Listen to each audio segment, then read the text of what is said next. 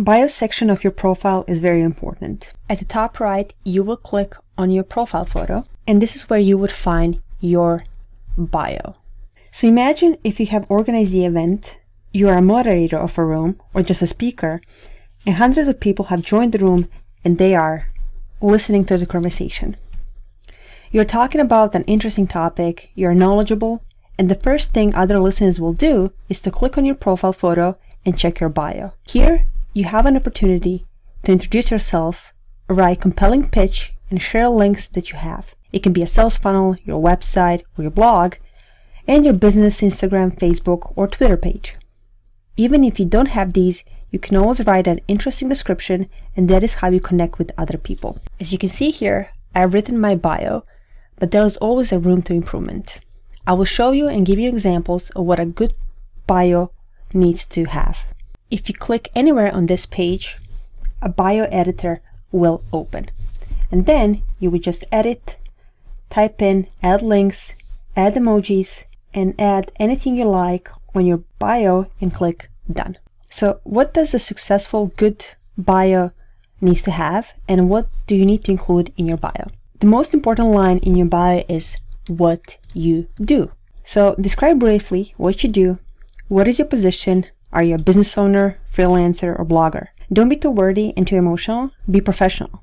Also add how you can help other people and what can you do for them. As you can see here, this person has included the credentials and as well as the sentences or the description how this person can help you. The next thing you should focus on is answering the question why.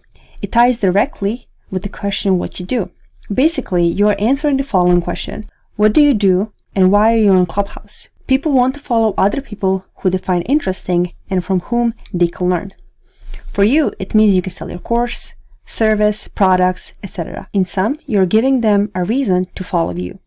So be unique in the statement. Just like in this example, this person helps experts, coaches, consultants, and course creators to build 6 or 7 figure online businesses around his framework. When writing your bio, you also need to think about your audience. Who is your target audience? Who are your customers? If you're a fitness coach and you're focusing on athletes only, then those aged 40 plus years are not your target audience. You need to define who is your audience. If you state that in your Clubhouse bio, then you're on a good path to reach more following. People will follow you because they will know, hey, this guy or girl's business is just what I need. The next thing, of course, is the contact info. How will your potential customer reach you? Unlike TikTok, Clubhouse lets you put a link to your bio. Also, there is an option, as we mentioned in the previous videos, that you can connect your either personal or business Twitter and Instagram accounts. In addition to links, you can also add the address to your business if you have a brick and mortar store. As you can see here, I have connected my Instagram account, but I left Twitter blank just because I don't have one. In order for you to connect your Instagram or Twitter account, you would just click on the button and you would authorize Clubhouse app to access your account. So you would put in your username or email address and password for your Twitter. And that's it. You just click on authorize app and your Twitter is connected. Connecting these two accounts will make easier for you to share the events or rooms that you have started. In the end, add a call to action. Just like with sales funnels, you can always offer something for free. A free PDF, report, book, anything that is relevant to your business. Invite your followers to join a Facebook group or to subscribe to your YouTube channel. Being clear about where you would like the profile viewer to go and giving them a clear call to action will deepen the connection. As you can see here, this person is given a free ebook and case study, and there is a link that you can click on. He's also inviting you to subscribe to the YouTube channel, and here's the link. So add any links that is relevant to you and your business. Some other things to keep in mind when you're creating your profile and creating your bio. You need to have a good profile image.